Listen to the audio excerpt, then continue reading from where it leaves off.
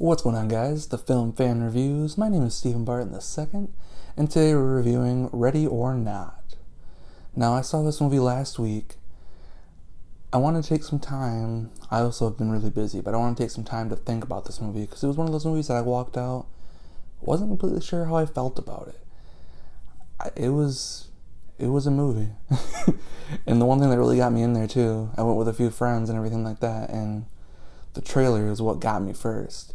The way it was edited and everything like that to the music with the gunshots and stuff that are in the trailer, hilarious. The Red Band trailer was by far my favorite trailer that came out, and just the comedy that they showed in the trailer as well as the horrific violence had me in and had me hooked right away. Now, right off the bat, I want to give major props to Samara Weaving. She was fantastic in this movie. The only thing I really know her from was the Babysitter movie that McG directed on Netflix, which that movie's fun too, definitely check that one out, but she fit this character so well of being kind of unaware and then just fighting back, and when fight or flight happened, she chose to fight as well as flight at the same time, kind of, but she was pretty badass in this movie and played the character very, very well. Now, the concept of the movie especially had me hooked immediately of just kind of like the Most Dangerous Game. I read that story when I was in high school. Just people hunting people is pretty barbaric and crazy, but they kind of did it in this creative way of this family being obsessed with games and everything like that, and also kind of just crazy ass people with weird values.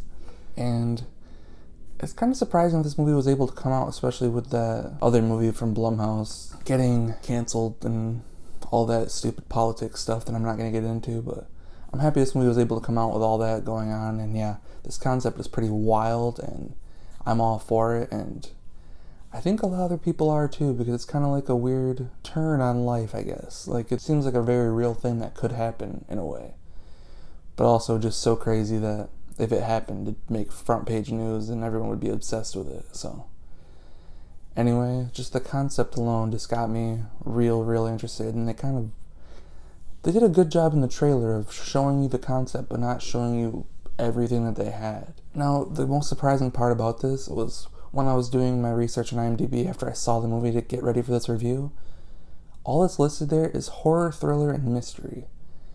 But a major part of this movie is comedy. They show you it in the trailer, and the comedy just keeps going, especially with Adam Brody being in the movie. I've loved him since Grind, and he was great in Scream 4, and everything else he's been in I love. But he's a big component of that comedy working, and pretty much everyone in the movie, the sister's husband who has the crossbow and stuff like that, some of the funniest moments in the movie. But everyone in the movie kind of has that comedy. Andy McDowell even has the comedy there too.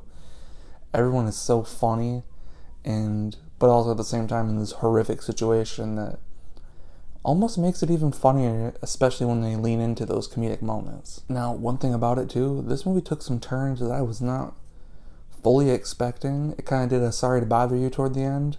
That's what I call movies that surprise the shit out of me at the end, but they do a thing that surprised me a little bit, but at the same time, now that I think about it, they definitely hinted at what was going to happen anyway, but there was some crazy stuff in this movie that I think people will love or hate. This kind of on a scale right there.